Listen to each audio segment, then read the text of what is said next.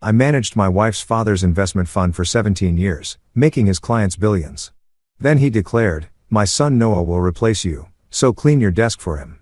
The next morning, he smirked and asked, "Ready to hand over your client list?" I smiled back and said, "No, I'm here, too." His smile immediately vanished. My name is Marcus Alvarez, and for 17 glorious years, I ran my father-in-law's investment fund like it was some kind of money printing wizard machine that never jammed, never broke down, and certainly never disappointed. We're talking billion-dollar returns here, people.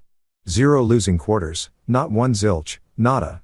The kind of track record that makes Wall Street priests weep into their overpriced whiskey and wonder if maybe, just maybe, they should have actually learned how markets work instead of just memorizing which fork to use at the Four Seasons. I was the quiet genius behind the curtain, the guy who actually understood what all those numbers meant while everyone else was busy pretending that confidence and a firm handshake could substitute for actual competence. Spoiler alert, they can't. Ernest Ross, my father-in-law and the supposed titan of finance, strutted around Manhattan like a peacock who just discovered mirrors, taking credit for everything while I sat in my office doing the actual work. You know the type. Expensive suits, even more expensive watch, and the kind of ego that needs its own zip code. He loved telling people at cocktail parties, "My son-in-law runs my fund." With this proud little smirk like he just announced he'd cured cancer or discovered a new planet. I'd stand there nursing my drink, silently correcting him in my head. "Your son-in-law doesn't run your fund, Nest. Your son-in-law, the fund." Big difference. Massive, actually.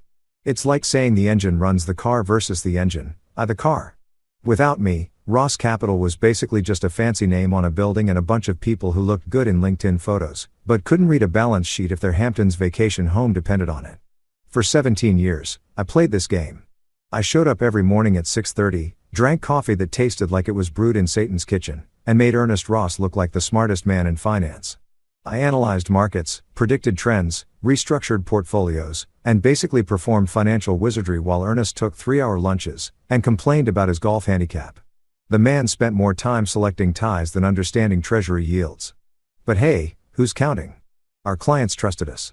Well, trusted me, though they didn't know it, with their billions, pension funds, university endowments, sovereign wealth funds from countries I couldn't pronounce after 2 martinis. They all thought Ernest was some kind of investment guru, the Oracle of Manhattan, or whatever ridiculous nickname CNBC had given him that week. Meanwhile, I was the one pulling all-nighters, running models, stress testing scenarios, and making sure Mrs. Henderson from the Teachers' Retirement Fund could actually retire someday instead of greeting people at Walmart until she was 90. But then came the bombshell. And when I say bombshell, I mean the kind that makes Hiroshima look like a firecracker at a kid's birthday party. It was a Tuesday. I remember because Tuesdays were when I usually had my standing call with the Norwegian Sovereign Wealth Fund. And I was actually looking forward to it because those Scandinavians appreciated competence. Ernest waddled into my office. And yes, I said waddled because the man had discovered cupcakes sometime in his 60s and never looked back with that permanent scowl etched into his face like someone had carved it there with a rusty butter knife. "Marcus," he said, not even bothering with pleasantries because Ernest Ross considered basic human decency to be something other people did. "My son Noah will be replacing you as Chief Investment Officer. Clean out your desk by Friday." I'm pretty sure my brain short-circuited for a solid 10 seconds. Noah Ross, the same Noah who once asked me in complete seriousness if Nasdaq was a rapper or something during a family dinner. The same Noah who thought diversification meant having both checking and savings accounts. The same Noah who'd failed the Series 7 exam 3 times and only passed on the 4th attempt because I'm 90% sure he cheated. I kept my poker face, though. Years of dealing with Ernest had taught me that showing emotion was like showing weakness to a shark.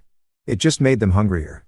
But in my head, I was having a full-blown conversation that went something like, "Sure, Ernest.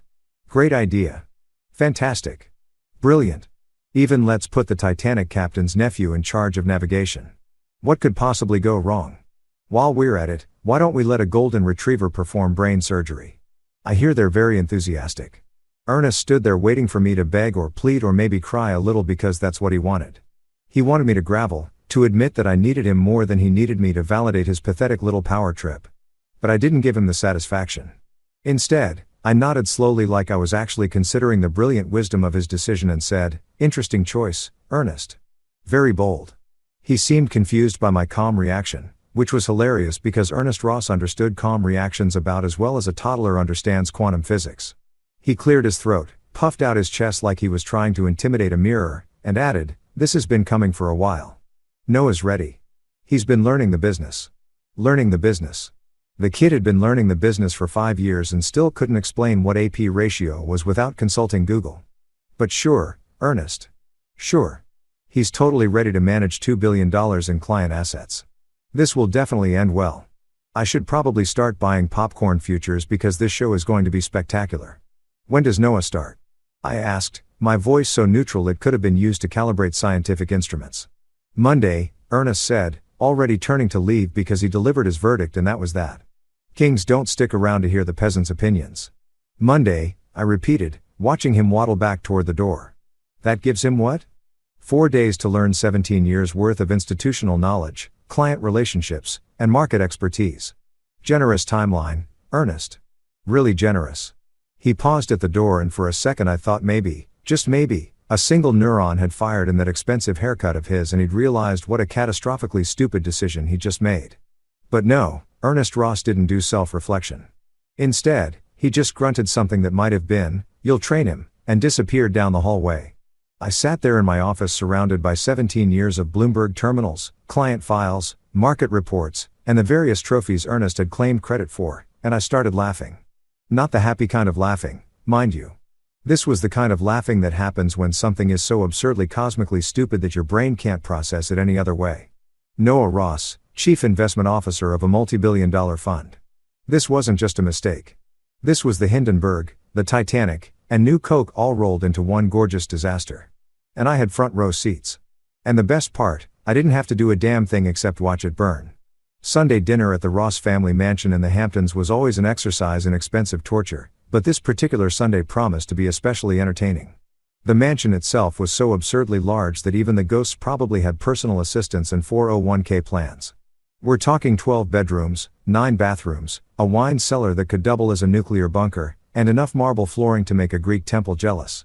Ernest had bought it during the dot boom to prove he'd made it, which is rich people code for I have more money than taste.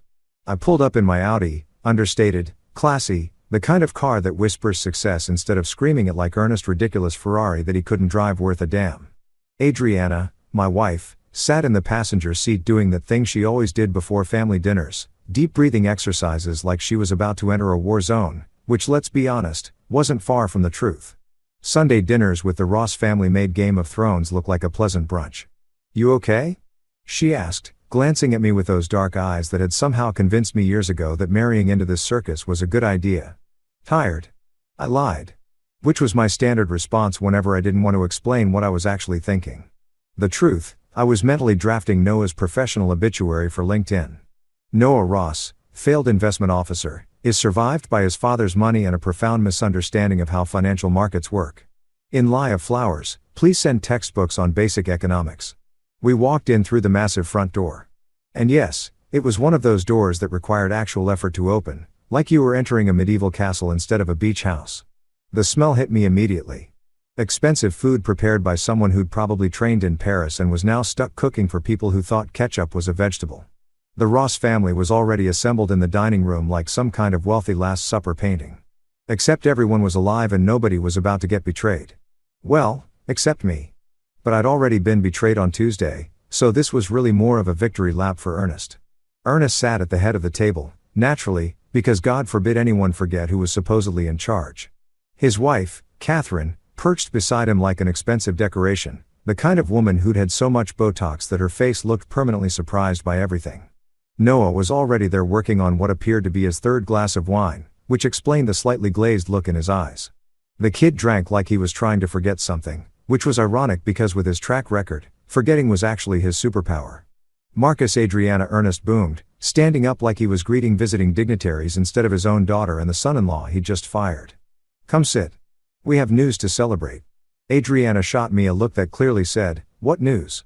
Because apparently Ernest hadn't bothered to tell his own daughter that he'd just blown up my career like it was a sand castle and he was a toddler with anger issues. Typical Ernest. Communication wasn't his strong suit. Neither was empathy, self-awareness, or basic human decency. But who's keeping track? We sat down and I noticed immediately that the table was set with the fancy china, the stuff Catherine only brought out for special occasions, which usually meant Ernest wanted to show off. Crystal wine glasses that probably cost more than most people's monthly rent, silverware so polished you could perform surgery with it, and cloth napkins that felt softer than most blankets. The Ross family didn't do anything halfway except apparently succession planning. Dinner started with small talk, the kind of meaningless chatter that rich people use to avoid discussing anything real. Catherine asked about our apartment in the city. Noah mumbled something about a girl he was seeing who worked in marketing or PR or something. Ernest complained about his golf game, which was apparently suffering because his new caddy didn't understand his system, which I'm pretty sure was just code for, "I'm terrible at golf, but need someone to blame." I kept quiet, pushing around some kind of fancy salad that had more ingredients than my college chemistry set. Adriana noticed my silence and leaned over, whispering, "You're being weird." "What's wrong?" "Nothing," I said, smiling that smile I perfected over the years. The one that said, "Everything is fine." While my brain was screaming, "Your father is an idiot and we're all doomed. Just tired from the week. You know how it is." She didn't buy it. But before she could press further, Ernest stood up, tapping his crystal wine glass with a fork like he was about to make a toast at a wedding. Everyone stopped eating, forks frozen midair like some kind of expensive freeze frame. This was it, the big announcement. The moment Ernest would reveal his master stroke of genius that was definitely going to end in tears, bankruptcy, or both. "Everyone," Ernest began, his voice dripping with the kind of confidence that only comes from being spectacularly wrong about something and not knowing it yet. "I have wonderful news. As of Monday, Noah will be taking over as Chief Investment Officer of Ross Capital." The silence that followed was so thick you could have cut it with one of those fancy knives. Catherine's permanently surprised face somehow looked even more surprised. Adriana's fork actually clattered onto her plate, the sound echoing through the dining room like a gunshot. Noah, already tipsy, raised his wine glass like he'd just been promoted to shift manager at Burger King and was really proud of himself. "Dad," Adriana started, her voice tight. "What are you talking about?" "Marcus is the CIO. Marcus has always been the CIO. Was the CIO? Ernest corrected, sitting back down with a satisfied smirk that made me want to throw my expensive salad at his expensive face. It's time for new leadership. Fresh perspectives. Noah has been preparing for this moment his entire life. His entire life.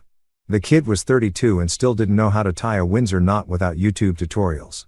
But sure, Ernest, he's totally been preparing for this moment just like I've been preparing to become an astronaut by occasionally looking up at the sky.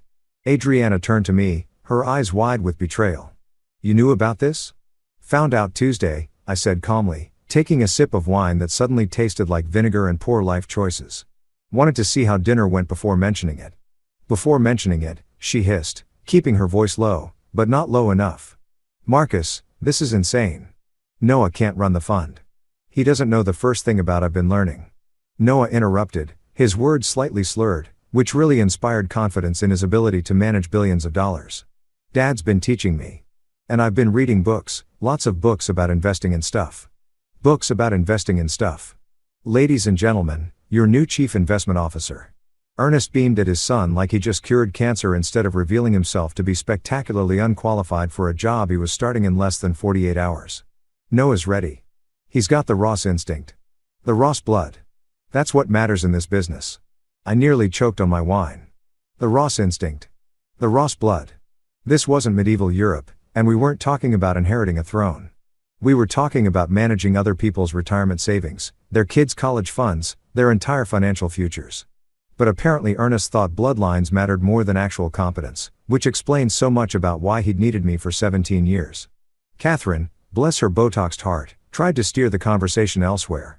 "Well, this is exciting. Noah, sweetheart, what are your plans for the fund?"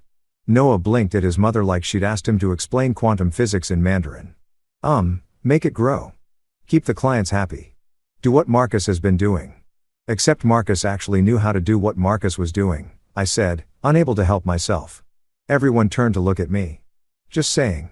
17 years of experience doesn't transfer through osmosis, Noah. This isn't the Matrix. I can't just upload my knowledge into your brain." Ernest's face turned an interesting shade of purple that clashed terribly with his expensive shirt. "Marcus, we appreciate everything you've done, but it's time to move on. This is a family business and it should be run by family." "Funny," I said, keeping my voice level even though I wanted to flip the entire table and watch expensive china shatter like Ernest illusions. "For 17 years, you had no problem with me running it. Made you billions, zero losing quarters. But sure, Now it's suddenly about family. Makes total sense. Adriana grabbed my hand under the table, squeezing it in that way that meant, please don't start World War II. At Sunday dinner, but I was past caring. I leaned forward, looking directly at Ernest with a smile that probably looked pleasant but felt like bared teeth. Ernest, let me tell you something, and I want you to really hear this because it's important. You've just made the most expensive mistake in your company's history. Probably your life, actually. But don't worry, I'll be watching from the sidelines with popcorn when it all burns down. Everyone laughed nervously. That uncomfortable kind of laughter people do when someone says something that might be a joke but probably isn't. Catherine tried to change the subject again. Noah raised his glass in another sloppy toast. Adriana looked like she wanted the floor to open up and swallow the entire table, but Ernest just smiled back at me, smug and satisfied, completely convinced he'd won something. And me? I kept smiling too because I knew something Ernest didn't. I wasn't joking. Not even a little bit. Monday morning arrived with all the enthusiasm of a funeral, complete with gray skies that looked like God himself was disappointed in humanity's life choices. I showed up to the Ross Capital offices at my usual time, 6:30 in the morning, because markets don't care about your sleep schedule, and neither do clients in Tokyo who want answers before their lunch break. The building was one of those Manhattan glass towers that screamed, "We have money, and we want everyone to know it." All polished surfaces and expensive art that nobody actually looked at because they were too busy pretending to understand modern finance. I walked past security. "Morning, Marcus." "Morning, Jerome." And took the elevator up to the 14th floor, where Ross Capital occupied enough square footage to house a small village, but instead housed about 40 people who spent their days staring at screens and pretending the numbers made sense. The elevator doors opened with that soft ding that always sounded way too cheerful for a Monday morning. And I stepped into what I knew would be the most entertaining disaster since the Hindenburg decided to park next to an open flame. Noah was already in the main conference room, and I used the word already loosely because it was almost 7 o'clock and the kid looked like he just rolled out of bed, threw on a suit that cost more than most people's cars and called it professional. His hair was doing that thing where it sticks up in the back like a confused rooster, and he was sweating through his dress shirt despite the air conditioning being set to Arctic tundra. In front of him were stacks of legal documents, client files, and what appeared to be a compliance manual that was thicker than a phone book from the 90s. He looked up when I walked in, and the relief on his face was almost sad. Almost would have been sadder if he hadn't been complicit in taking my job. But details. "Marcus," he practically yelped, standing up so fast he knocked over his coffee cup. Thankfully, it was empty because watching him try to explain coffee stains on a $100 million client agreement would have been comedy gold, but also probably illegal. "Thank God you're here.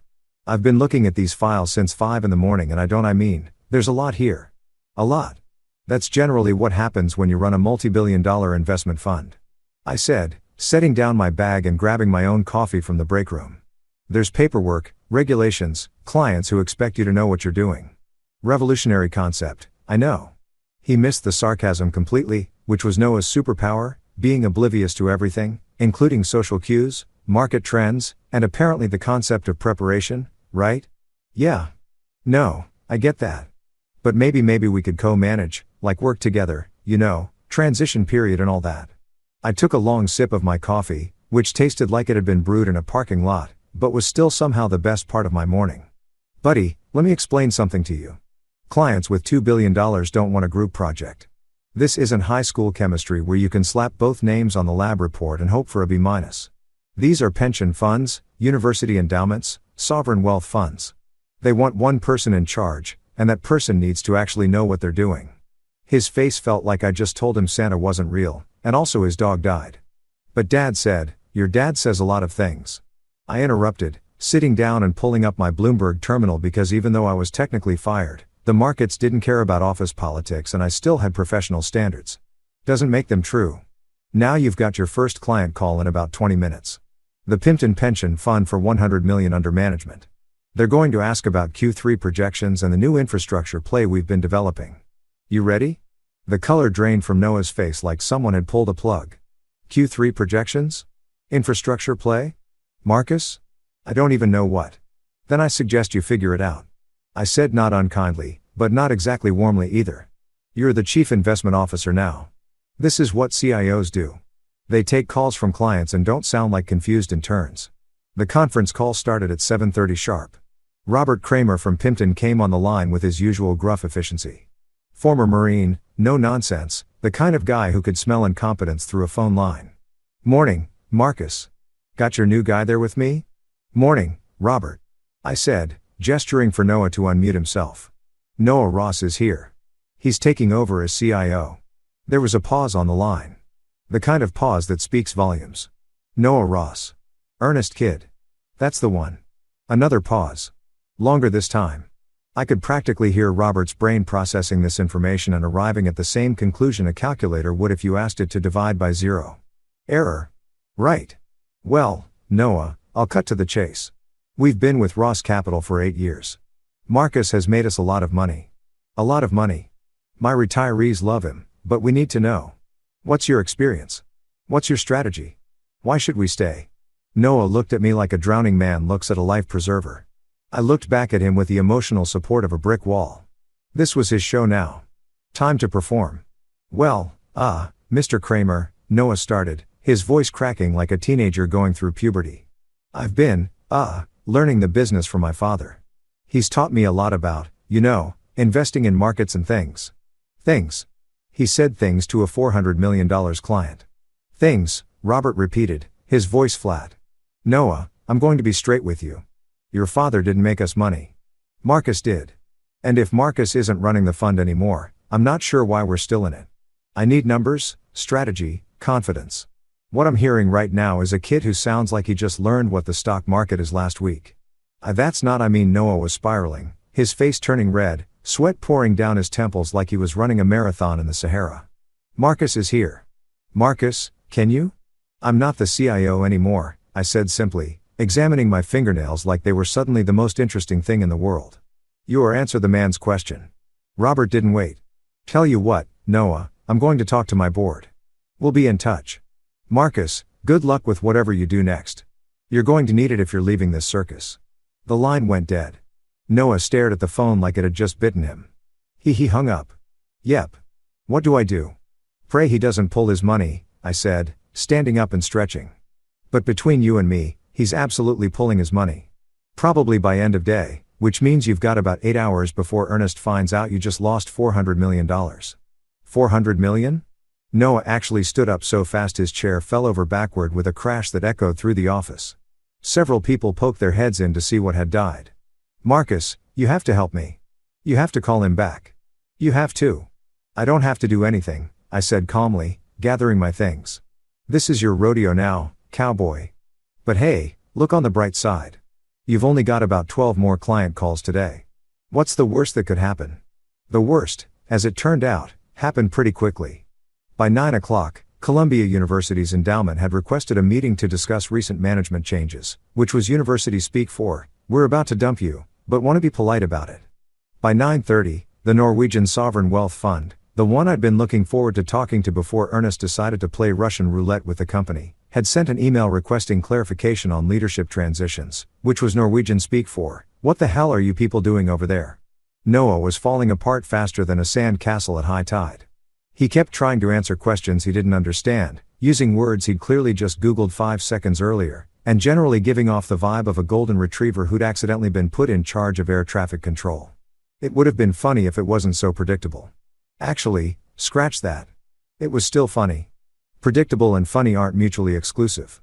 By 10 o'clock, Ernest stormed into the office like a tornado in an expensive suit. His face that special shade of purple that usually preceded either a heart attack or a temper tantrum. Sometimes both. What the hell is going on? He bellowed loud enough that everyone in the office suddenly found their computer screens absolutely fascinating. Pimpton just pulled $400 million. Kolia is talking about leaving. The Norwegians are asking questions. Noah, what did you do? Noah looked like he might cry, which would have been sad if I wasn't already mentally composing my I told you so speech. Dad, I tried. I really tried, but they're asking questions I don't know how to answer, and Marcus won't help me. And Marcus, Ernest whirled on me like I was personally responsible for gravity and traffic jams. This is your fault. You sabotaged him.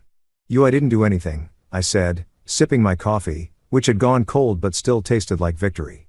I just sat here and watched your son try to do a job he's catastrophically unqualified for. You wanted him to be CIO. Congratulations. This is what that looks like.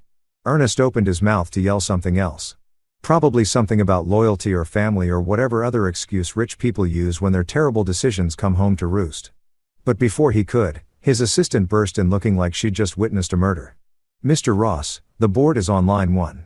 They're asking about the Pimpton withdrawal and Columbia just sent official notice. They're pulling out too. $320 million. Ernest's face went from purple to white so fast I was genuinely concerned he might actually have that heart attack. $720 million gone in less than 3 hours. I just sat there sipping my terrible cold coffee and thought to myself, should have brought popcorn. This was going to be a long day and I was going to enjoy every single minute of it. 2 weeks later, the financial news headlines were having more fun than a tabloid journalist at a celebrity divorce trial. Ross Capital implodes. Billion-dollar fund loses 60% of assets in record time. Ernest Ross' son causes market catastrophe. Wall Street's fastest collapse since Lehman Brothers. My personal favorite was from the New York Post because of course it was like father unlike son Ross Capital's spectacular faceplant. They'd even photoshopped Noah's face onto a crashed airplane. Classy stuff. I'd framed it and hung it in my home office right next to my Series 7 certificate and my MBA from Wharton because irony deserves premium wall space. The carnage was actually impressive in its thoroughness. After Pimpton and Columbia bailed, it was like watching dominoes fall except each domino was worth hundreds of millions of dollars and made Ernest Ross age about 5 years per day. The Norwegian Sovereign Wealth Fund pulled out, then the Massachusetts State Pension Fund, then a bunch of family offices whose names I couldn't pronounce, but whose money I'd been growing for years. By the end of week 1, Ross Capital had gone from managing $2.1 billion to barely holding on to $400 million. And most of that was Ernest's personal money that he couldn't pull out without admitting he destroyed his own company. Ernest predictably blamed me for everything except the weather. And honestly, I'm surprised he didn't try to pin that on me, too. According to him, I'd poisoned the well, sabotaged his son, and orchestrated a conspiracy to destroy Ross Capital, which was hilarious because the only thing I'd orchestrated was showing up to work and watching Noah face plant into professional oblivion like an Olympic diver who'd forgotten about the whole water part. But the best part, the absolute chef's kiss moment of this entire disaster. Ernest had called the SEC, the Securities and Exchange Commission. He'd actually filed a complaint claiming I'd engaged in market manipulation and breached my fiduciary duty by deliberately causing client withdrawals. I'd laughed so hard when my lawyer called to tell me that I'd nearly spit coffee all over my laptop, which would have been tragic because I was using it to track exactly how fast Ross Capital was circling the drain. The SEC investigation lasted approximately 48 hours before they closed it with a letter that basically said, "Mr. Ross, your son is incompetent and clients have every right to leave. This is not Marcus Alvarez's fault. Please stop wasting our time. We have actual crimes to investigate." They didn't phrase it exactly like that because government agencies have to pretend to be polite, but the subtext was clear enough that even Ness should have been able to read it. Should have being the operative word. I was sitting at home on a Wednesday afternoon because when you get fired, every day is technically a weekend when Adriana came home early from her gallery. She ran an art gallery in Chelsea, one of those places that sold paintings people pretended to understand while drinking wine that cost more per glass than most people's hourly wage. She was good at it, had an eye for talent, and most importantly had built something that had nothing to do with her father's money or influence. I respected that about her. Maybe it's why we'd lasted 8 years of marriage despite the fact that her family made the Borges look functional. She found me in my office, feet up on the desk, reading the latest Wall Street Journal article about Ross Capital's unprecedented collapse with the kind of satisfaction usually reserved for finishing a really good book or watching your enemy step on a rake in a cartoon. "Marcus," she said, closing the door behind her with that particular firmness that meant we were about to have a conversation. Capital letters, bold font, probably some italics for emphasis. "We need to talk." Always an ominous start, I said, setting down the newspaper, but not the satisfaction. "What's up?" She crossed her arms, which was never a good sign. Adriana was beautiful when she was angry. Dark hair, darker eyes, the kind of bone structure that made sculptors weep. But right now, she looked less beautiful and more about to commit justifiable homicide. "Don't play dumb. You know exactly what's up. My father's company is collapsing. Noah's having panic attacks. My mother won't stop calling me crying and you're sitting here reading about it like it's the comic section." In my defense, I said the comic section isn't nearly this entertaining. "Marcus, I'm serious. This has to stop." "What has to stop?" I leaned forward, dropping the casual act because apparently we were doing this now. "Your father fired me. Your brother took my job. I didn't pull the trigger on any of this. I just declined to throw myself in front of the bullet. You could have helped Noah. You could have made the transition smoother. You could have." I could have. What? Adriana held his hand while he tanked a multi-billion-dollar fund. Your father didn't want to transition. He wanted to prove that the Ross name was worth more than actual competence. Congratulations to him. He proved the opposite. She sat down in the chair across from my desk, and I could see the exhaustion in her eyes. This wasn't easy for her. Caught between her family and her husband, between loyalty and logic. I got that. I wasn't entirely heartless, despite what Ernest probably told people at his rapidly dwindling social gatherings. Just admit it, she said quietly. Admit that you planned this, that you wanted this to happen. I thought about lying. Would have been easy enough. But 8 years of marriage had taught me that lying to Adriana was like lying to a polygraph machine that could also divorce you and take half your stuff. So instead, I told her the truth. Planned? No, I didn't sabotage anything. Didn't have to. Your father's incompetence and Noah's lack of qualification did all the heavy lifting, but anticipated? I shrugged. Yeah, I anticipated this like a guy carrying an umbrella in London. You see the clouds, you know rain's coming. You prepare accordingly, so you just let it happen. Adriana, those clients didn't leave because I told them to. They left because Noah couldn't answer basic questions about their portfolios.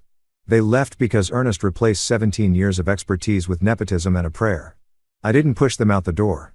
Your family opened it and your brother greeted them with incompetence. I just didn't stand in the way. She was quiet for a long moment processing this. Then she asked the question I've been waiting for. Why? Why not help? Even just a little for me.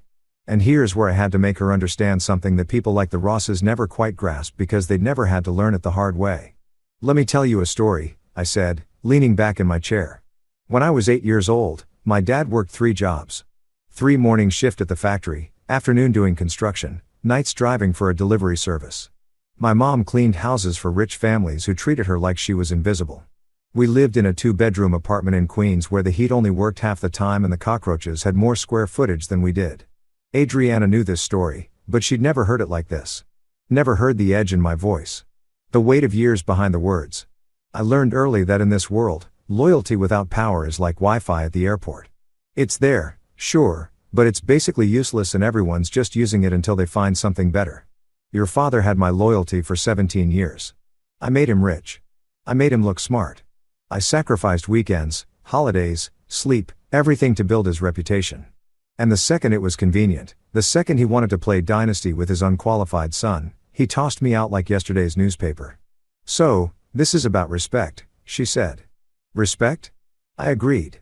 And watching Noah cry into his $2,000 suit. That part's definitely a bonus. She almost smiled at that, which was progress. Then her phone rang. She looked at the screen, sighed, and showed it to me. Ernest calling for probably the 5th time that day. Don't answer it, I said. Marcus, seriously, don't let him sit with his choices for a while. She declined the call, but I could see the guilt on her face. Family loyalty was a hell of a drug, even when your family consisted of a father who valued ego over competence and a brother who probably couldn't find his own ass with both hands and a GPS. Then my phone rang. Unknown number. I almost didn't answer, but curiosity got the better of me. Curiosity and a desperate hope that it was a telemarketer I could verbally destroy to blow off some steam. Marcus Alvarez, I answered. Mr. Alvarez, this is Sandra Chin from the Securities and Exchange Commission. I sat up straight. Adriana's eyes went wide. The SEC calling back wasn't good. Wasn't good at all. Miss Chun, I said carefully. How can I help you? We've completed our investigation into Mr. Ross's complaint.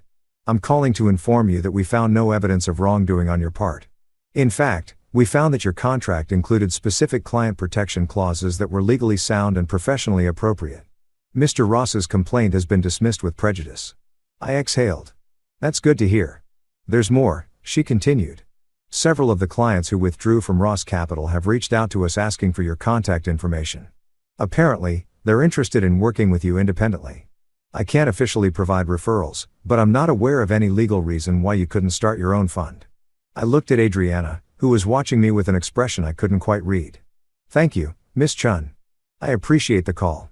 After I hung up, Adriana asked, what was that about that? I said slowly, a smile spreading across my face. Was the sound of Ernest shooting himself in the foot so hard he hit an artery? He tried to bury me. Instead, he just made me the most powerful unemployed man on Wall Street. Powerful and unemployed, she repeated. For now, I said, but something tells me that's about to change. And the really beautiful part, Ernest had done this to himself. He'd filed that stupid SEC complaint, which meant every client who left Ross Capital now knew definitively that I hadn't done anything wrong, that I was the competent one, that if they wanted their money managed properly, they should probably call me instead of the guy who'd replaced expertise with his idiot son. Irony, I decided, was absolutely delicious. 3 days after the SEC called to tell me I was officially innocent of crimes I'd never committed, which felt like getting an award for not punching people who deserved it, I found myself sitting in a conference room that cost more per hour to rent than most people made in a week. The offices of Pritchard and Associates occupied 3 floors of a midtown skyscraper with views of Central Park that probably added an extra zero to their billing rates. Everything screamed, "We're expensive and we know it." From the leather chairs that felt like sitting on clouds made of money to the coffee that actually tasted good, which meant it probably cost more per cup than a decent bottle of wine. Douglas Pritchard walked in exactly on time because lawyers like him didn't do fashionably late. They did precisely punctual because time literally was money and they billed in 6-minute increments. He was in his mid-50s. Silver hair, tailored suit that probably cost what I used to make in a month back when I was starting out, and the kind of smile that made you think of sharks and tuxedos. He'd built his reputation defending white-collar cases that made headlines. And from what I'd heard, he'd never lost a case that mattered. The ones he did lose were apparently strategic losses, which as lawyers speak for, I got paid either way. "Marcus Alvarez," he said, extending his hand with a grip that was firm without being aggressive. "I've been following your situation with great interest. The Ross Capital implosion is the talk of every law firm in Manhattan. Well, that and the Mets, but the Mets are always disappointing, so your story is more entertaining." "Glad I could provide entertainment," I said, sitting down across from him. "Though I'm not entirely sure why I need a securities lawyer when the SEC already cleared me." "You don't need me for the SEC," Pritchard said, opening a folder that was stuffed with documents. I recognized my employment contract, my client agreements, the whole paper trail of my 17 years at Ross Capital. "You need me because Ernest Ross is going to sue you probably within the next 2 weeks. And when he does, I want to be the one standing between you and whatever lawyers he manages to scrape together from the legal equivalent of the clearance bin. He's going to sue me." I leaned back, processing this for what? Doing my job too well? Making him look bad by comparison, having basic competence, breach of fiduciary duty, tortious interference with business relationships, probably something about trade secrets, or non-compete violations. The specifics don't matter. What matters is that Ernest Ross is a desperate man watching his life's work circle the drain. And desperate men do stupid things. Suing you is stupid, but it'll make him feel better temporarily, like scratching an itch that's actually poison ivy. I had to admit, the guy had a way with words. "So, what do we do?" Pritchard smiled, and it was the kind of smile that made me genuinely glad he was on my side. "We win spectacularly. But first, let me show you something beautiful." He pulled out my employment contract, the one I'd negotiated when I first started at Ross Capital back when I was young and hungry and foolish enough to think Ernest Ross valued loyalty. "Did you write these client protection clauses yourself?" "Most of them," I admitted. Ernest's lawyer at the time thought I was being paranoid. I thought I was being thorough. "You were being a genius," Pritchard said, running his finger down a page that was covered in yellow highlighter. "Look at this. Section 7, subsection C. In the event of material changes to fund management structure, including but not limited to replacement of the chief investment officer, clients retain the right to withdraw funds without penalty within 90 days of notification." You built a legal escape hatch for every single client. I figured if I ever left or got hit by a bus, clients should have options. You built more than options. You built a perfectly legal self-destruct sequence. And Ernest Ross is the one who pushed the button. Pritchard was actually grinning now, like a kid on Christmas morning who just unwrapped exactly what he wanted. Every client that left, they were legally entitled to leave. You didn't encourage them. You didn't solicit them. You didn't do anything except exist while Noah Ross demonstrated why nepotism is a terrible business strategy. This isn't breach of duty. This is Ernest Ross breaching his duty to his clients by replacing competence with his gene pool. I sat there letting this sink in. I'd written those clauses 17 years ago as insurance, never really thinking I'd need them. But apparently past Marcus had been looking out for future Marcus, which was nice of him. "So when Ernest sues me, if he sues you," Pritchard corrected. "And he will. When he does, we're going to counterclaim for wrongful termination, reputational damage, and emotional distress. We'll depose Noah and make him explain under oath why he thought he was qualified to manage $2 billion. We'll depose Ernest and make him admit that he fired you for personal reasons, not performance reasons. And then we'll settle for enough money that you can start your own fund without needing investors. That's aggressive. Marcus Ernest Ross tried to destroy your career out of jealousy and ego. Aggressive is the minimum acceptable response. Nuclear is what I'm actually recommending, but I'll let you work up to that. Before I could respond, Pritchard's assistant knocked and entered, followed by a man I vaguely recognized from client meetings over the years. Robert Kramer from the Pimpton Pension Fund, the first domino to fall in the Ross Capital collapse. He was in his 60s. Gray crew-cut ramrod straight posture that screamed former military and the kind of handshake that could crack walnuts. Marcus Kramer said, sitting down without being invited because men like him didn't wait for permission. "Good to see you away from that circus." "Robert," I said, genuinely surprised. "What are you doing here?" "Saving you the trouble of calling me," he said bluntly, which was very on brand for him. "I pulled $400 million from Ross Capital because Noah Ross couldn't tell me the difference between a stock and a bond. But that money still needs managing and my board still needs returns. So here's what I'm offering. Come work for Pimpton as a consulting partner. $5 million base salary, 20% of returns over benchmark.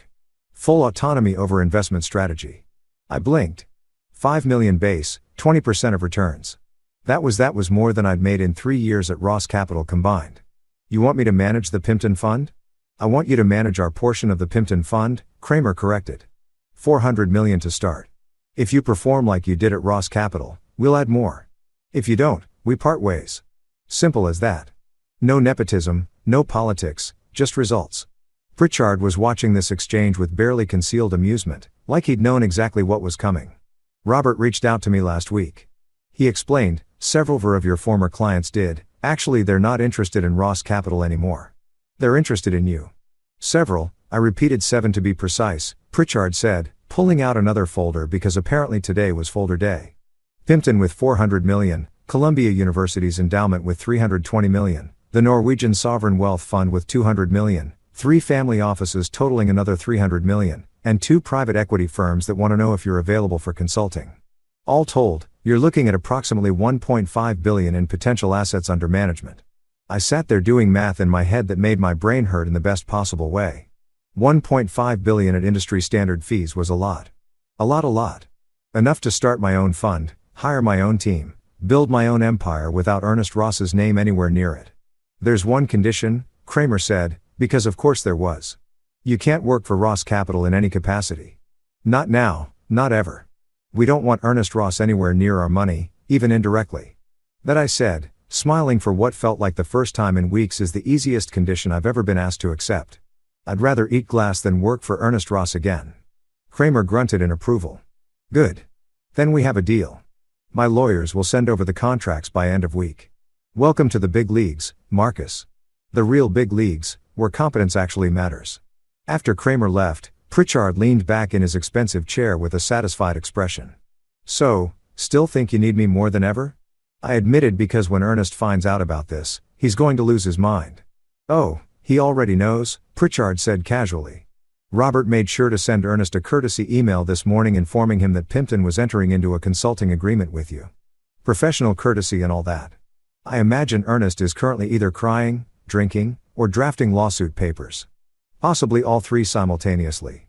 I thought about Nest in his massive office, reading that email, realizing that I hadn't just survived his attempt to bury me. I'd thrived. That the clients he'd lost weren't gone. They just followed the competence. That he'd basically handed me $1.5 billion and a reputation as the guy who was too good for Ross Capital. "You know what the best part is?" I said to Pritchard. "Tell me, I didn't even have to do anything. I didn't sabotage him. Didn't poach clients, didn't spread rumors. I just existed and he destroyed himself trying to destroy me." Pritchard raised his coffee cup in a toast to incompetent enemies. "May they continue to defeat themselves while we collect the paycheck." I clinked my cup against his, thinking about Ernest Ross right now, probably turning that special shade of purple he reserved for special occasions like heart attacks and public humiliation. Part of me, a very small part, almost felt bad for him. Almost. The rest of me was too busy mentally shopping for private islands, because apparently that was a thing I could do now. Revenge, I decided, wasn't just a dish best served cold. Sometimes it was served with a side of 7-figure consulting contracts and the knowledge that your enemy had played himself so thoroughly that historians would study it as a case study in hubris. And honestly, that tasted pretty damn good. 3 months after Ernest Ross had pulled the trigger on what historians would probably call the dumbest business decision since New Coke, I found myself doing something I'd fantasized about for years. Absolutely nothing related to Ernest Ross while he suffered the consequences of his own actions. I was in my apartment. Well, technically it was a penthouse now because that Pimpton consulting gig came with bonuses that made my old salary look like allowance money watching CNBC purely for entertainment value. They were covering the Ross Capital Board meeting like it was the Super Bowl of financial disasters, complete with expert commentary and dramatic music. My phone buzz, text from Douglas Pritchard, turn on Bloomberg. There's streaming audio from the boardroom. Someone leaked it. This is better than anything on Netflix. I switched channels faster than Ernest Ross could lose client money, which by this point was pretty damn fast. Bloomberg had somehow gotten audio from inside the Ross Capital boardroom, which meant someone on that board hated Ernest enough to commit what was probably several felonies just to watch him squirm in high definition. I respected that level of pettiness. It spoke to me on a spiritual level. The audio crackled to life, and I heard Ernest's voice, though it sounded different than I remembered. Tired, defeated, like someone had let the air out of his ego and all that was left was a sad, deflated balloon in an expensive suit. Gentlemen, ladies, Ernest began using his formal board voice that usually preceded him asking for more money or more authority or both. I've called this emergency meeting to discuss our current financial position and strategic options moving forward. Strategic options? That was Margaret Whitmore, one of the board members who had been skeptical of Nest's management style since before it even joined the company. She was old money, Yale educated, and had the kind of voice that could cut glass and egos with equal efficiency. Ernest, we don't need strategic options. We need a miracle or a time machine. Preferably both. I grabbed popcorn from my kitchen. Actual popcorn. This was happening. Our assets under management have decreased from $2.1 billion to $400 million, Ernest said. Reading from what I assumed were prepared remarks because Ernest Ross improvising had historically ended badly for everyone involved. This represents an 81% decline over a 3-month period. An 81% decline, someone else repeated. I didn't recognize the voice, but they sounded like they were trying very hard not to scream. Ernest, companies get shut down for less than this. Ponzi schemes have better retention rates. How did you manage to lose 81% of assets in 3 months? Market volatility, Ernest started. Don't you dare blame the market, Margaret interrupted. And I could hear her slap something on the table. Probably a report or possibly just her hand for dramatic effect. The market is up 17% this year. The S&P is hitting record highs. Every other fund is making money hand over fist. You're the only one hemorrhaging assets like a stuck pig, and we all know why. Silence on the audio. Beautiful, awkward silence. I made a management decision, Ernest tried again. You fired the only person who knew what he was doing and replaced him with your unqualified son, Margaret said, her voice sharp enough to perform surgery.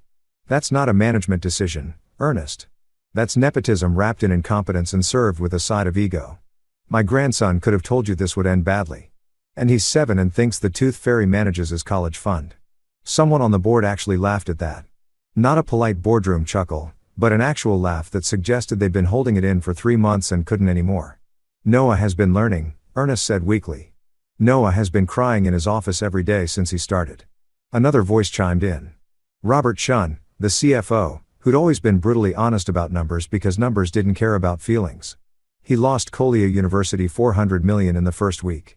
The Norwegian fund 3 weeks after that. Every client call ends with them asking when Marcus is coming back and Noah telling them Marcus isn't coming back and them withdrawing their funds. It's like watching someone repeatedly touch a hot stove and act surprised when they get burnt. I was genuinely enjoying this more than my own wedding, which probably said something about my priorities, but also about how boring my wedding had been. Adriana's parents had insisted on a traditional ceremony, which meant I'd spent 6 hours smiling at people I didn't know, while they ate food that cost more than cars and gave speeches about love and family that aged like milk in the sun. The staff morale is at an all-time low. Another board member added, 3 of our senior analysts quit last month. They all said the same thing. They didn't want to work somewhere that valued family connections over actual talent. One of them literally said, I didn't get my CFA to watch Ernest Ross's kid learn fractions. That's enough, Ernest said, but his voice had zero authority. He sounded like a substitute teacher asking high schoolers to quiet down. We can recover from this. We just need time. And the audio suddenly got louder and I heard a door slam open. Then a voice I recognized, Wendy McCullough, the general of the pension fund and not Robert Kramer's boss, but his peer from a different fund.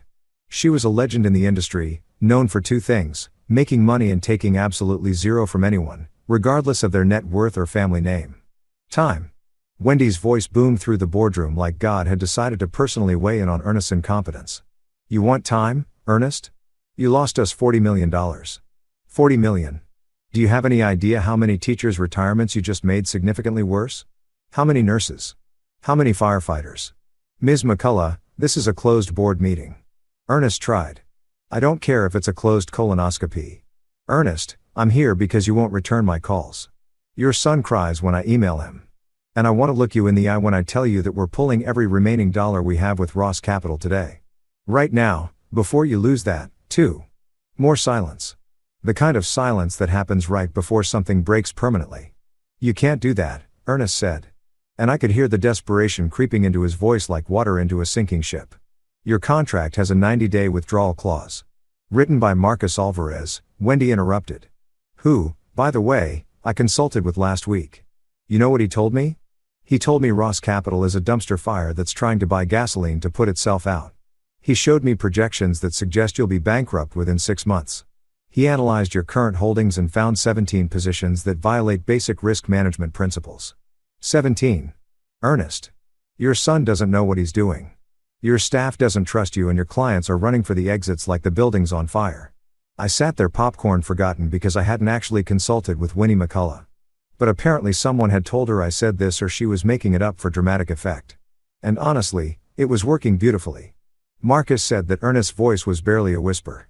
Marcus didn't have to say it. The numbers say it. Your quarterly report says it. Your empty offices say it.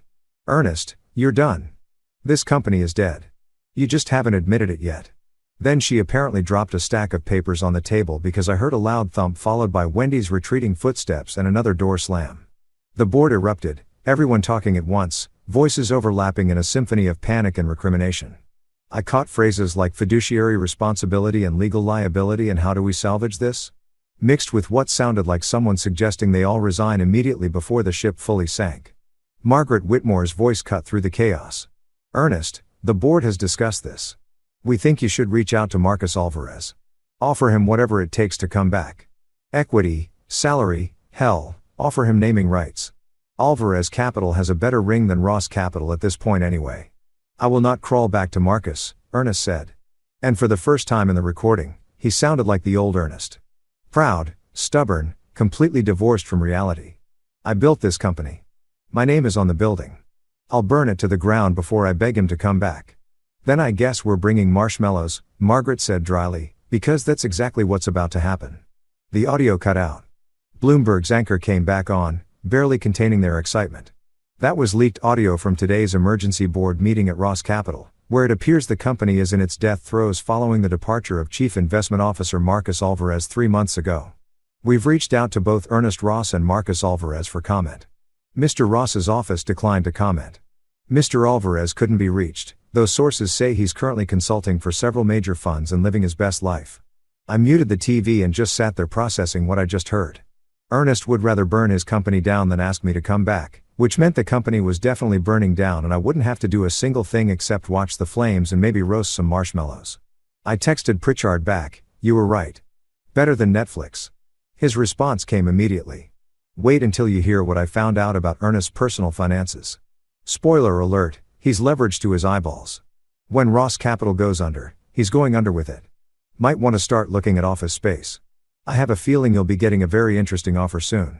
I smiled, set down my phone, and unmuted the TV just in time to hear another analyst say, "This is what happens when you let ego override intelligence." Marcus Alvarez built an empire. Ernest Ross is watching it crumble. And somewhere Alvarez is probably laughing. Not laughing, I said to my empty penthouse. Just appreciating the irony though. Okay, fine. I was also laughing a little. Sue me? Actually, scratch that. Ernest probably would sue me and I'd win that too. 6 months after Ernest Ross decided to play Russian roulette with his company using a fully loaded gun. I was thriving in ways that would have made my younger self weep with joy and maybe buy a lottery ticket just to see if the luck held. Alvarez Capital. Yeah, I'd started my own fund because when life hands you $1.5 billion in assets and a reputation for competence, you don't waste it.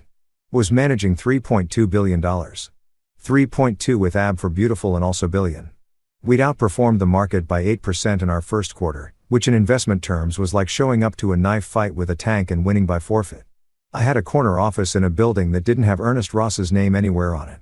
A team of analysts who actually knew what they were doing and clients who called me to say thank you instead of to complain that their fund manager couldn't read a balance sheet. Life was good. Life was great. Life was exactly what happens when competence meets opportunity and ego stays homesick. Ernest, on the other hand, was living what marketing people would call a different experience. Ross Capital had officially filed for bankruptcy 3 weeks ago, which was financial speak for we give up. Everyone was right. This was a terrible idea. The company that Ernest had spent 30 years building, that had once managed billions and employed dozens of people, was now worth less than the office furniture. And speaking of office furniture, most of it was being auctioned off to pay creditors, which meant Ernest imported Italian desk was probably going to end up in some startup's conference room being used to hold pizza boxes and broken dreams. My phone rang on a Tuesday afternoon. Unknown number, which usually meant either a telemarketer or someone who owed me money and hoped I wouldn't answer. I almost let it go to voicemail, but curiosity got the better of me. Marcus Alvarez. Marcus. The voice was rough, tired, aged about 10 years beyond where it should have been. It's Ernest. I sat up straighter in my chair, which was genuine leather, and didn't creak when I moved because I could afford quality now. Ernest Ross was calling me. Ernest, I'd rather burn my company down than crawl to Marcus. Ross was actually calling me. Ernest, I said carefully. This is unexpected. I thought you had my number blocked after that SEC investigation you filed. Can we meet? He asked, ignoring my comment because acknowledging his mistakes wasn't exactly Ernest's strong suit. Please, just coffee or lunch, whatever works for you. The please was what got me. Ernest Ross didn't say please. Ernest Ross gave orders and expected the universe to comply. Hearing him say please was like hearing a shark apologize. Technically possible, but so rare you had to document it for science. When tomorrow there's a cafe near Battery Park, small place, quiet translation, somewhere nobody would recognize him and document his humiliation on social media. I got it tomorrow at 2, I said. I'll be there. The cafe was one of those places that tried too hard to be authentic Italian, complete with checkered tablecloths and pictures of the Colosseum that looked like they'd been printed at a Staples. Ernest was already there when I arrived, sitting in the back corner like a spy in a bad movie, and I almost didn't recognize him. He'd lost weight, a lot of it. The expensive suits hung off him like he was a kid playing dress-up in his father's closet. His face was gray-drawn, the kind of gray that happens when stress becomes a permanent resident in your body. His hair, which had always been perfectly styled, looked thin and defeated. He looked like a ghost of himself and not the cool kind of ghost-like from movies. The sad kind that haunted empty houses and made people feel uncomfortable. Marcus, he said, standing up when I approached. His handshake was weak, uncertain, nothing like the crushing grip he'd always used to establish dominance in business meetings. Ernest, I sat down across from him. You look terrible. Thanks, he said without humor. I feel worse. A waitress came by. I ordered coffee. Ernest ordered water, which told me everything about his current financial situation. Water.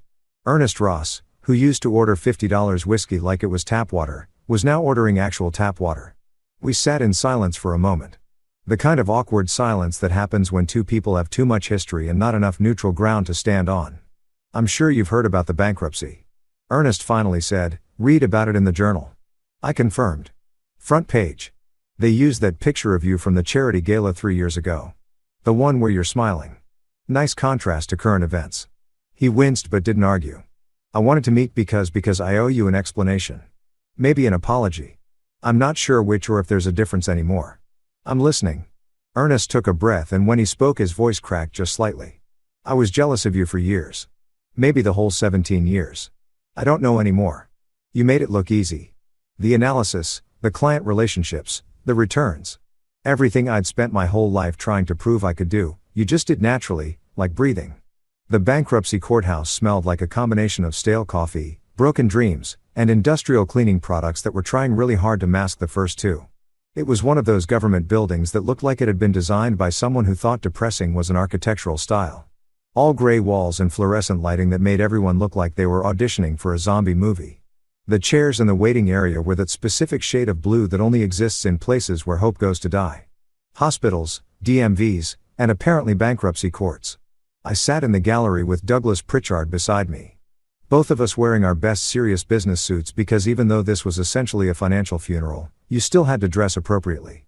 Pritchard had his briefcase on his lap stuffed with documents that had taken his team 3 weeks to prepare. The $12 million offer for Ross Capital had been accepted by the bankruptcy trustee, the creditors, and Ernest himself, which meant today was just the official ceremony where a judge banged a gavel and made it legal.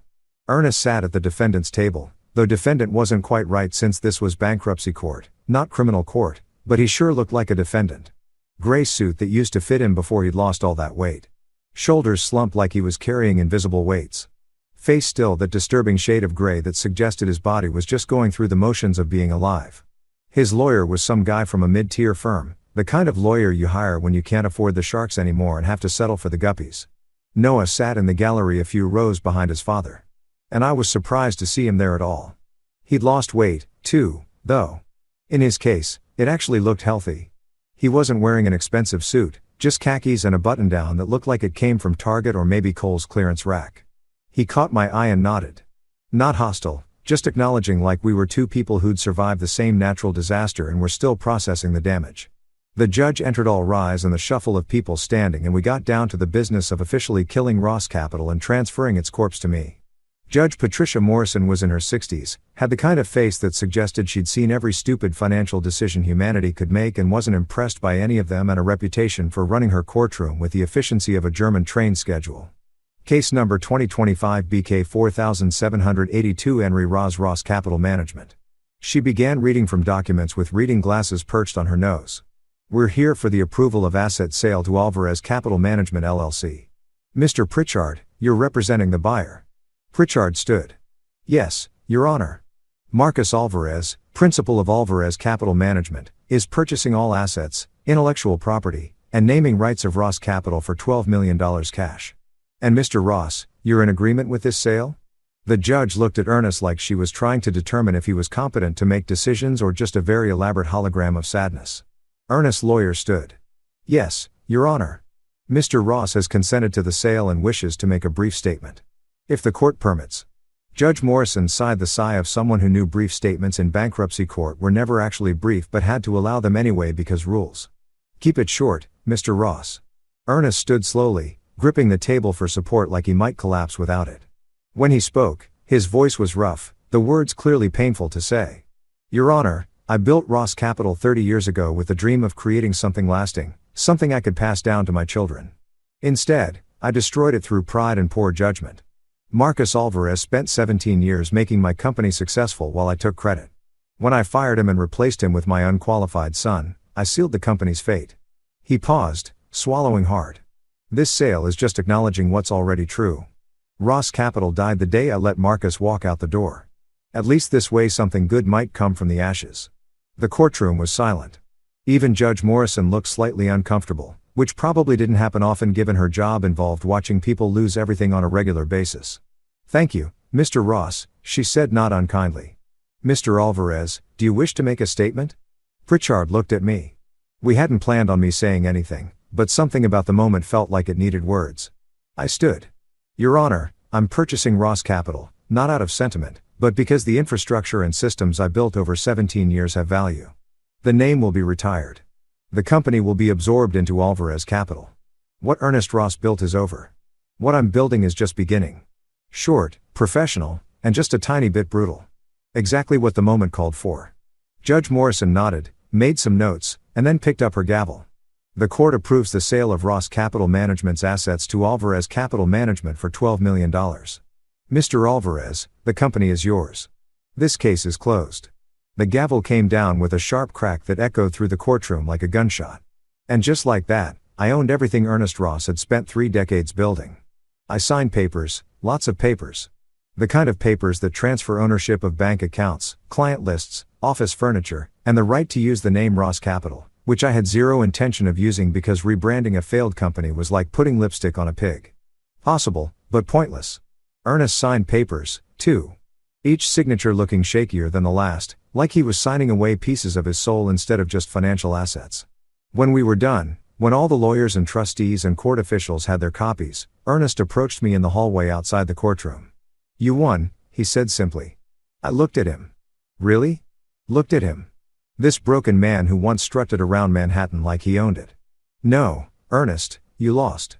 There's a difference. I didn't win anything except the opportunity to clean up your mess and turn it into something functional.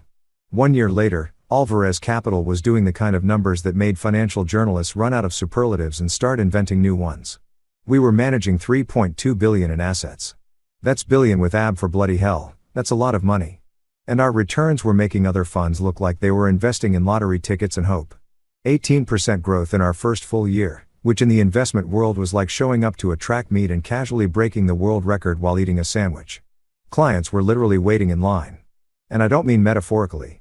We'd had to hire a client relations team just to handle the inquiries from pension funds, endowments, and family offices who wanted in on whatever magic we were selling. Except it wasn't magic. It was just competence, consistency, and not letting ego make investment decisions, which apparently made us unicorns in an industry full of people who thought confidence could substitute for actual analysis. My office was everything Ernest had pretended to be. Corner location, floor-to-ceiling windows overlooking Manhattan, furniture that was expensive because it was functional rather than showy. And most importantly, a door with NY name on it. Not my father-in-law's name, not some legacy I'd inherited. Just Marcus Alvarez, Principal Alvarez Capital Management. Every time I saw it, I felt something that was probably unprofessional to admit. Pure, undiluted satisfaction. I was reviewing Q3 projections when my assistant knocked. "Mr. Alvarez, you have a visitor." Says his name is Noah Ross. No appointment, but he says it's personal. Noah Ross. I hadn't seen him since the bankruptcy hearing a year ago. Hadn't heard from him except for one Christmas card that had a picture of him with a bunch of high school kids holding a math team regional champions trophy. I'd almost thrown it away, but Adriana had insisted we keep it on the fridge like we were proud parents or something. "Send him in," I said, curious despite myself. Noah walked in looking completely different from the sweating, panicking mess I remembered from Ross Capital's final days. He'd filled out a bit, looked healthy, was wearing jeans and a button-down that probably cost $40 instead of $400. His hair was shorter, practical. He looked like a normal person instead of a rich kid playing dress-up in the finance world. "Marcus," he said, not offering a handshake, just standing there with his hands in his pockets. "Thanks for seeing me without an appointment. I know you're busy. I've got 20 minutes before a call with the Norwegians," I said, gesturing to a chair. "What's up?" He sat down looking around the office with an expression I couldn't quite read. Not jealousy exactly, more like appreciation, understanding, nice place, clean, professional, not trying too hard, unlike your father's office, which looked like a museum dedicated to himself. Exactly like that. Noah agreed with a small smile. "I came to thank you. I know that sounds weird, but hear me out." I leaned back in my chair, which was ergonomic and didn't creak because I could afford quality now. "I'm listening." A year ago, I was the most hated person in finance. The guy who tanked $1 billion fund in 3 months. The poster child for why nepotism is toxic. I couldn't get a job anywhere in the industry. Hell, I couldn't get a job at a bank branch. I was basically unemployable. He paused, meeting my eyes directly. "But you know what you didn't do? You didn't destroy me. You could have. Pritchard told me you had grounds to sue me personally for gross negligence. You had evidence I'd signed off on trades I didn't understand. You could have made sure I'd never work anywhere doing anything ever again. I considered it. I admitted. But you didn't. You went after Dad. You bought his company. You took everything he'd built. But you left me alone. And that gave me space to figure out who I actually was instead of who Dad wanted me to be. I hadn't thought about it that way, honestly. I'd just been too focused on Ernest to bother with Noah. The kid had been a pawn in his father's ego game and punishing pawns felt like overkill. "So now you're teaching high school math and coaching basketball," I said. "And I love it," Noah said. And he sounded genuinely surprised by this fact. Like actually love it. I wake up excited to go to work. I help kids understand concepts that click in their brains and you can see the moment they get it. We won regionals last year in basketball. One of my students got into MIT early admission. It's not running $1 billion fund, but it's real. It's mine and I'm actually good at it. "That's great, Noah." "Really? But I'm guessing you didn't come here just to tell me about your career change." He laughed. "No, you're right. I came to tell you something Dad would never say because Dad's still too proud and too broken to admit it. You and him, you're not that different." I felt my jaw tighten. "We're nothing alike." "You're exactly alike." Noah countered, not argumentative, just stating what he saw as fact. "You both worship loyalty. You both keep meticulous score of every slight, every betrayal, every time someone doesn't value you the way you think you deserve. The difference is you protect your loyalty better. You're smarter about it. You don't give it away to people who don't earn it. Dad gave his loyalty to the wrong things. His ego, his name, his legacy. You give yours to competence and results. I wanted to argue, but the words stuck in my throat because maybe possibly Noah had a point buried in there somewhere. Dad destroyed his life chasing respect from people who didn't matter. Noah continued, he wanted to be important more than he wanted to be good. And it killed him. Killed his company, his marriage, his relationship with me and Adriana. But you built something real. You earned respect instead of demanding it. And that's the difference between you two. You're what Dad could have been if he'd been honest with himself. The silence in my office was heavy, broken only by the distant sound of Manhattan traffic 14 floors below. Why are you telling me this? I asked. Because Adriana asked me to. Noah said simply. She's worried about you. Says you've won everything. The money, the company, the reputation, the revenge, but you're still angry. Still keeping score. Still treating life like it's a competition you need to dominate. She thinks you're becoming the thing you defeated, and she asked me to talk to you because apparently I'm the only family member you don't completely hate. I don't hate you, Noah. I know. That's why I'm here. He stood up preparing to leave. Look, I'm not saying Dad deserves forgiveness. He doesn't. He's a broken, bitter old man who destroyed everything he touched because he couldn't handle being second best at anything. But you've already won, Marcus. You've won so completely that there's nothing left to fight. At some point, you've got to decide if you want to be the guy who defeated Ernest Ross or the guy who built something better than Ernest Ross ever could. He headed for the door, then turned back. Oh, and congratulations, by the way. Adriana told me the news. You're going to be a great dad. Just try not to keep score with your kid. Yeah, trust me, that doesn't end well. After Noah left, I sat there staring at my desk, at my computer screen showing market data and portfolio performance, at all the evidence of my success, and I felt something I hadn't felt in a long time. Uncertain was Noah, right? Was I just Ernest with better execution? Was I winning everything except the things that actually mattered? My phone buzzed. Text from Adriana. Coming home early, made your favorite for dinner. We need to talk. I looked at my schedule. 3 more calls, 2 meetings, a conference with the investment team about Q4 strategy. All important, all urgent. All the things that had consumed my life for the past year while I'd been busy proving Ernest Ross wrong and building my empire. I texted my assistant, cancel everything after 2 p.m. family emergency. Then I texted Adriana on my way home now because maybe Noah was right. Maybe I had won. Maybe it was time to figure out what came after winning. I grabbed my jacket and headed for the elevator, leaving behind the office with my name on the door, the $3.2 billion in assets, the empire I'd built from the ashes of Ernest Ross's failure. For the first time in a year, none of it felt as important as getting home to my wife. The elevator doors closed and I caught my reflection in the polished steel. I looked successful, powerful, exactly like I'd always wanted to look. I also looked tired and maybe, just maybe, a little bit like Ernest Ross before everything fell apart. That thought bothered me more than I wanted to admit. The lobby of my building was all marble and glass, the kind of place where success echoed with every footstep. I walked through it without seeing any of it. Too busy thinking about Noah's words, about Adriana's text, about the fact that I was about to be a father and had no idea how to do that without treating it like another competition to win. My driver was waiting outside. Yeah, I had a driver now because apparently that's what happens when you manage billions. But I waved him off. I'll take a cab, take the rest of the day off. He looked confused but didn't argue. When you pay someone 6 figures to drive you around Manhattan, they learn not to question your decisions, even when those decisions make no sense. I hailed a cab, which took longer than it should have, because this was Manhattan and cabs operated on their own mysterious timeline. When I finally got one, I gave the driver my address and sat back, watching the city slide past the window. A year ago, I'd sat in a bankruptcy courtroom and watched Ernest Ross sign away everything he'd built. I'd felt nothing then. No triumph, no satisfaction, just the hollow knowledge that I'd won by default because my opponent had defeated himself. Now, sitting in traffic on a Tuesday afternoon while the city moved around me like I wasn't there, I wondered if maybe that hollow feeling had never actually left. I pulled out my phone and looked at the text from Adriano again. We need to talk. Those 4 words that every husband knows mean something important is happening. Something that requires actual presence instead of just physical proximity. The cab pulled up to my building. Our building technically, though, I still thought of it as mine because old habits die hard.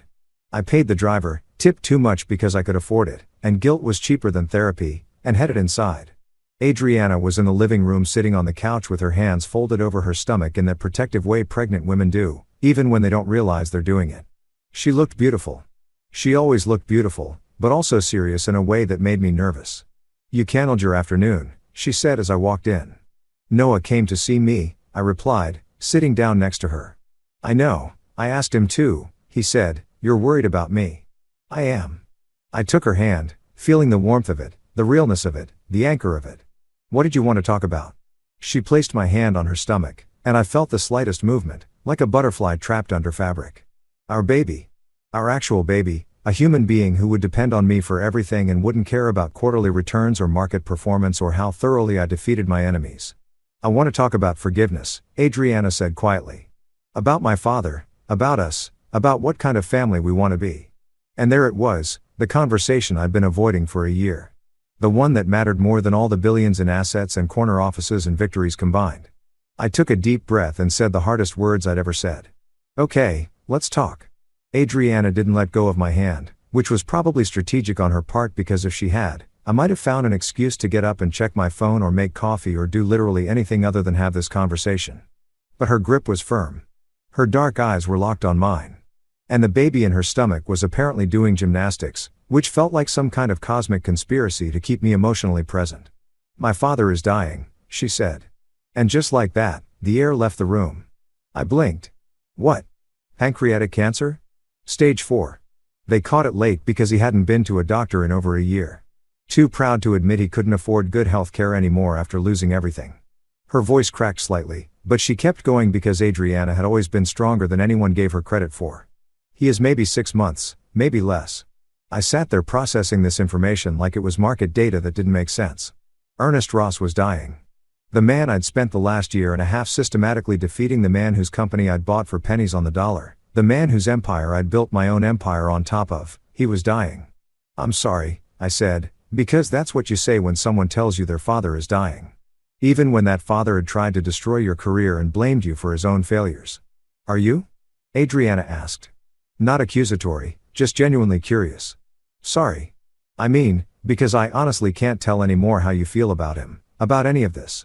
"I don't know," I admitted, which was maybe the most honest thing I'd said in months. I spent so long being angry at him, and then I spent a year watching him lose everything, and now he's dying and I don't know what I'm supposed to feel. "You're not supposed to feel anything," she said softly. "That's not how feelings work. But I need to know if you can forgive him. Not for his sake, for mine, for the baby's." There it was. The real conversation, not about Ernest dying, but about what kind of man I was going to be, what kind of father, what kind of husband, whether I was going to carry Ernest Ross's ghost around for the rest of my life, like emotional luggage I couldn't put down. "Adriana, your father tried to ruin me. He fired me out of jealousy, replaced me with no one, knowing it would fail, and then blamed me when everything collapsed. He filed complaints with the SEC. He told anyone who'd listen that I sabotaged him. For months, I couldn't go to industry events without people asking if I'd really destroyed Ross Capital on purpose." "I know," she said. "And you won. You won so completely that there's nothing left of him except a sick old man living in a studio apartment in Queens, alone, broke, and dying. You got everything you wanted. Marcus, his company, his reputation, his clients. You even got his daughter, though. I'd like to think that happened before all this mess. I almost smiled at that long before. So, the question isn't whether he deserves forgiveness," Adriana continued, her hand still on her stomach, still protecting the baby from a conversation it couldn't hear, but would probably inherit the consequences of. "The question is whether you want to spend the rest of your life being the guy who defeated Ernest Ross, or whether you want to be something more than that." I thought about Noah's visit earlier, about his words. "You're what Dad could have been if he'd been honest with himself." I thought about Ernest in that cafe a year ago, gray and defeated, admitting he'd been jealous for 17 years. I thought about the bankruptcy hearing, watching him sign away everything he'd built. And I thought about the baby doing flips in Adriana's stomach, who would grow up asking questions about their grandfather, about family history, about why Daddy didn't talk to Grandpa before he died. "What does forgiveness even look like here?" I asked. "I can't give him his company back. Can't restore his reputation. Can't undo what happened. He doesn't want any of that," Adriana said. "He just wants to meet his grandchild before he dies. He wants to apologize to you properly, not in some courthouse hallway, but like an actual human being. She paused, wiping at her eyes, even though she was trying not to cry. He wants to die knowing that his daughter doesn't hate him and that his grandchild might hear stories about him that aren't just about how he destroyed everything he touched. That's asking a lot. I know. And if you say no, I'll understand. I'll be disappointed and hurt and probably angry, but I'll understand because you're right. He tried to ruin you. He doesn't deserve forgiveness. But Marcus, she squeezed my hand harder. This baby deserves a grandfather, even a broken, dying one who made terrible mistakes. And I deserve a husband who isn't carrying around revenge like it's a second job. I looked at her, really looked at her.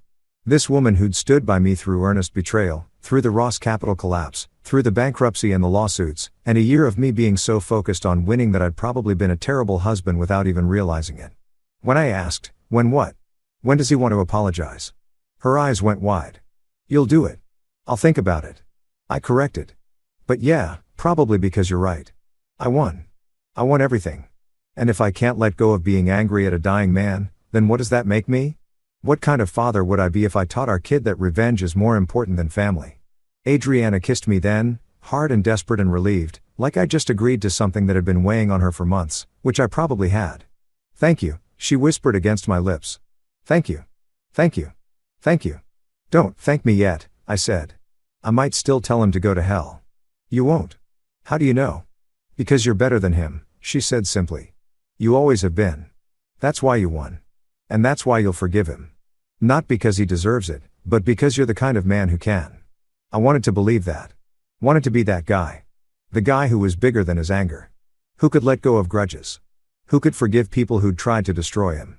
But I'd spent so long being angry, so long keeping score, so long treating life like a competition where second place meant total failure that I wasn't sure I knew how to be anything else. I need to think about this. I said, okay, and if I do this, if I let him apologize and play grandfather and all that, I need you to understand something. I looked at her seriously.